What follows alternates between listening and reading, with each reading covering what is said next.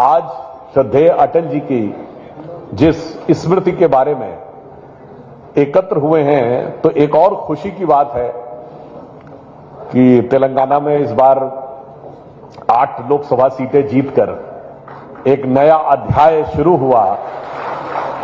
1980 में अगर मुंबई में जब पहला अधिवेशन हुआ और वो अटल जी का बड़ा प्रसिद्ध वाक्य था, अंधेरा छटेगा, सूरज निकलेगा, कमल खिलेगा, तो मैं कह सकता हूं कि जी किशन रेड्डी जी उस दौर से, जब हमारा एक एमएलए होता था विधानसभा में और ये इकलौते एमएलए हुआ करते थे, वहां से 8 सांसद के दौर तक निकल आए, तो मैं कह सकता हूं कि तेलंगाना में अंधेरे ने छटना शुरू किया है, सूरज ने निकलना शुरू किया है और कमल ने खिलना शुरू किया है।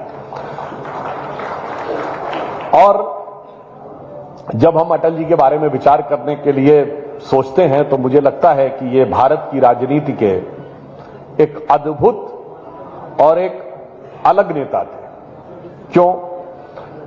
मेरे विचार से भारत की राजनीति में कोई ऐसा नेता नहीं रहा होगा जिसको 40 साल जनता ने यह सोचा हो कि यह व्यक्ति प्रधानमंत्री होना चाहिए।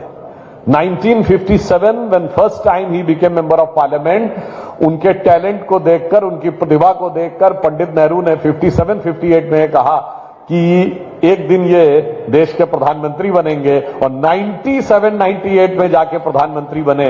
तो मुझे लगता है कोई नेता ऐसा नहीं होगा जिसे 40 साल तक देश ने प्रधानमंत्री के रूप में देखा हो। और हम लोग तो बहुत बच्चे थे, हमें याद है 1984 का इलेक्शन, जब कांग्रेस को 400 सीटें मिली, अटल जी अपना चुनाव भी हार गए थे ग्वालियर से। हम स्कूल में पढ़ते थे, मगर हमें याद है हमारे मोहल्ले में जो बहुत ही कट्टर कांग्रेस के समर्थक थे, वो भी ये कहते थे वो सब कुछ तो अच्छा हुआ मगर अटल बिहारी वाजपेयी को चुनाव नहीं हारना चाहिए था, उन्हें कम से कम सांसद रहना चाहिए था। That shows the level of respect he was commanding even in the hearts of the opponents. और हम यह भी बताना चाहते हैं कि वो भारत के इतिहास के आज तक 2 ही प्राइम मिनिस्टर ऐसे हुए हैं जो नेता बन के प्रधानमंत्री बने। एक अटल बिहारी वाजपेयी जी और दूसरे नरेंद्र मोदी जी। 1990 के दशक में जब सर्वे होने शुरू हुए, तब अगर आप देखें 95, 96, 97, 98, कोई भी सर्वे उठा के देख लें मीडिया में, और फिर जनादेश पाकर प्रधानमंत्री बने।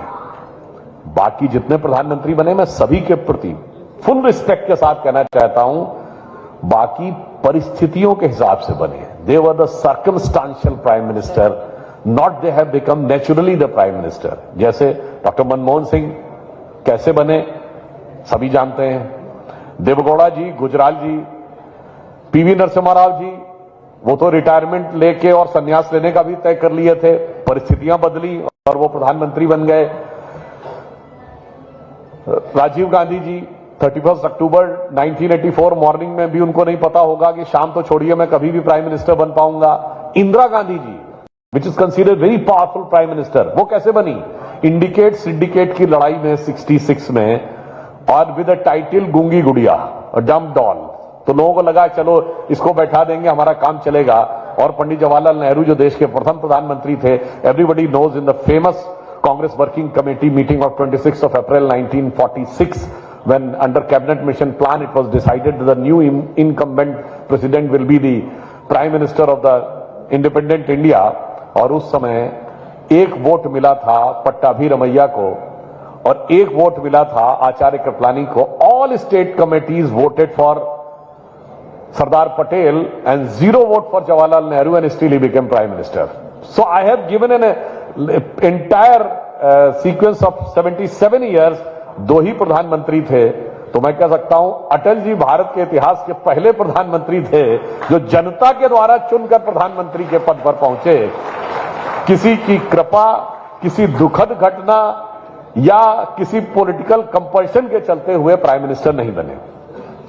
और फिर ऐसा ही नहीं था, उनकी जो एक अलग क्षमता थी, मुझे चूंकि हम लखनऊ के रहने वाले हैं और यूपी में तो उनसे थोड़ा इंटरेक्शन का मौका मिला, कम एज में भी। मेरी उम्र तो बहुत कम थी, बट उस समय राजनाथ सिंह जी यूपी के अध्यक्ष थे, फिर सीएम बने, फिर नेशनल प्रेसिडेंट बने, तो बिकॉज ऑफ दैट हमें वो प्रॉक्सिमिटी देखने का मौका मिला। और किसी पॉलिटिकल लीडर को कैसे मैच्योरिटी से हैंडल करना चाहिए किसी सिचुएशन को, और कहां पे मैसेज देना चाहिए। I would like to give you 2 examples. After firing in Ayodhya in 1991 का इलेक्शन हुआ जिसमें नरसिम्हा राव जी प्राइम मिनिस्टर बने थे।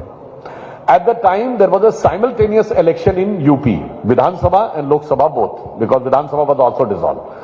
तो एक साथ इलेक्शन हो रहे थे। तो लखनऊ में अटल जी लोकसभा का इलेक्शन लड़ रहे थे, तो जो एमएलए के विधानसभा के कैंडिडेट्स थे, they used to go and say, भाई ऊपर वाला वोट अटल जी को दे देना, मगर ये वाला हमको दे दीजिए, नीचे वाला। तो अटल जी ने एक चुनावी सभा में कहा, बहुत से लोग आ रहे होंगे आपके पास ये कहने के लिए कि ऊपर ऊपर वाला वोट तो अटल जी को दे देना, ये नीचे वाला हमको दे देना। उनसे कहना ऐसा नहीं हो सकता, कुर्ता एक को दे देना, पैजामा दूसरे को दे देना। जिसके पास भी जाएगा तो जोड़े के साथ जाएगा। सेकेंड एग्जाम्पल आपको बताता हूं, 2004 का लोकसभा इलेक्शन, तब अटल जी प्राइम मिनिस्टर थे।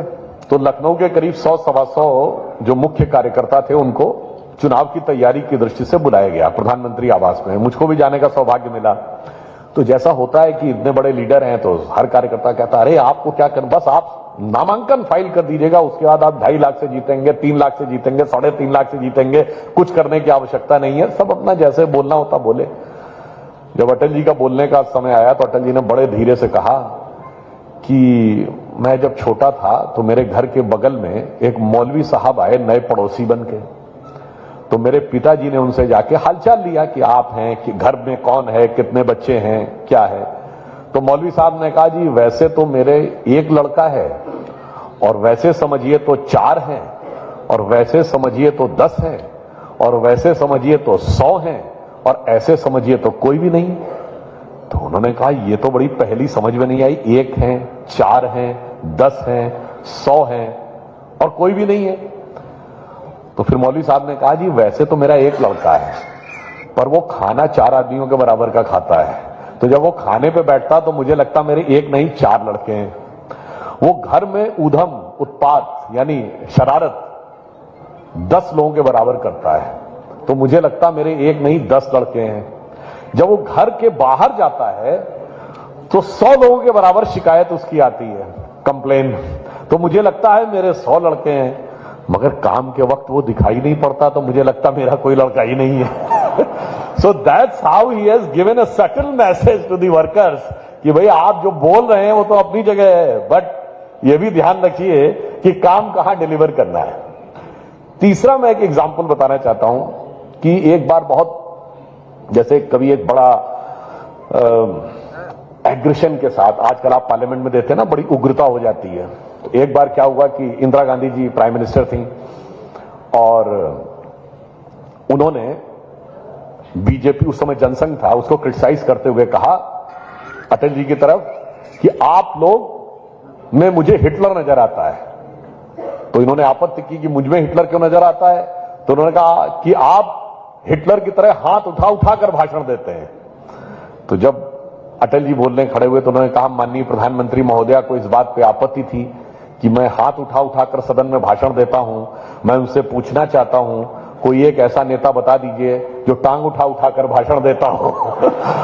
और इसके बाद जो एक वातावरण था जो बहुत एग्रेशन में था, वो सारा उसमें बदल गया। इंदिरा जी ने कहा कि आप लोग के अंदर वो क्षमता नहीं है कि आंख में आंख मिलाकर बात कर सकें। अब अटल जी ने बड़े ही सटल वे में एक कटाक्ष किया। उन्होंने कहा, माननीय प्रधानमंत्री जी कह रही हैं कि हम आंख में आंख मिलाकर बात नहीं कर सकते। ये सच है कि हम उनसे आंख में आंख मिलाकर बात करने का साहस नहीं कर सकते, क्योंकि आंख मिलाने के बाद हमें आंख हटाने में बड़ा जोर पड़ेगा, इसलिए हम आंख में आंख मिलाकर बात नहीं कर सकते। मगर कोई कॉम्प्लेक्स सिचुएशन आ जाए, उसको कैसे हैंडल करना है। मैं एक उदाहरण बताता हूं। 1995 में आपको याद हो, जब एसपी बीएसपी का यूपी में अलायंस था और हम लोगों ने पहली बार बहुजन समाज पार्टी की मायावती जी को चीफ मिनिस्टर बनाया सपोर्ट करके।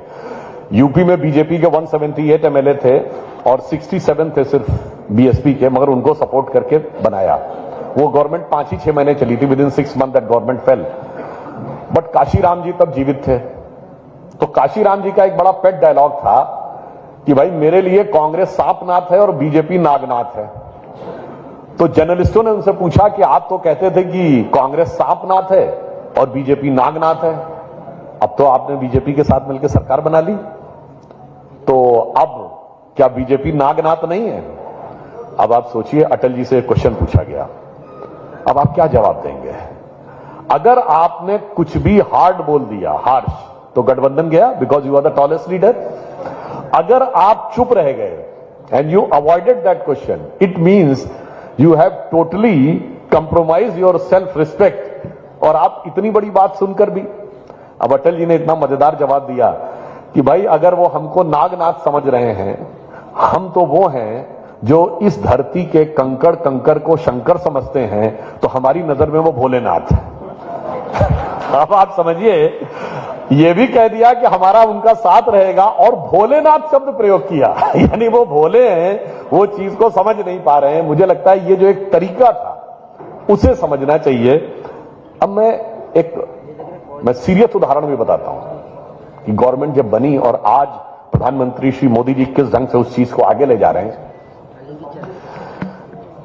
अटल जी की सरकार बनने के बाद सबसे पहला जो डिसीजन हुआ वो हुआ पोखरण विस्फोट 1998। आज मॉर्निंग में जब किशन रेड्डी जी ने पार्टी कार्यालय में वो एग्जीबिशन दिखाई तो उसमें 98 का एक्सप्लोजन था। 98 का एक्सप्लोजन किस मामले में अलग था 74 के एक्सप्लोजन से? 74 में जब हमने एक्सप्लोजन किया था पोखरण में, हमारे अनाउंस करने से पहले अमेरिका और रशिया दोनों ने अनाउंस कर दिया था कि India has conducted a nuclear test. Second thing, हमने ये कहा था कि we have done this for the peaceful purpose, we are not having any ambition of making an nuclear weapon.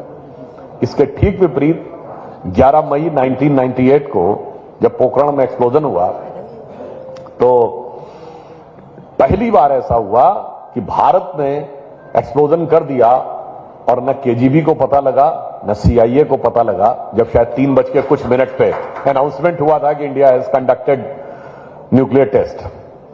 दूसरा अंतर क्या था? हमने नहीं कहा कि हमने शांतिपूर्ण कार्यों के लिए किया है।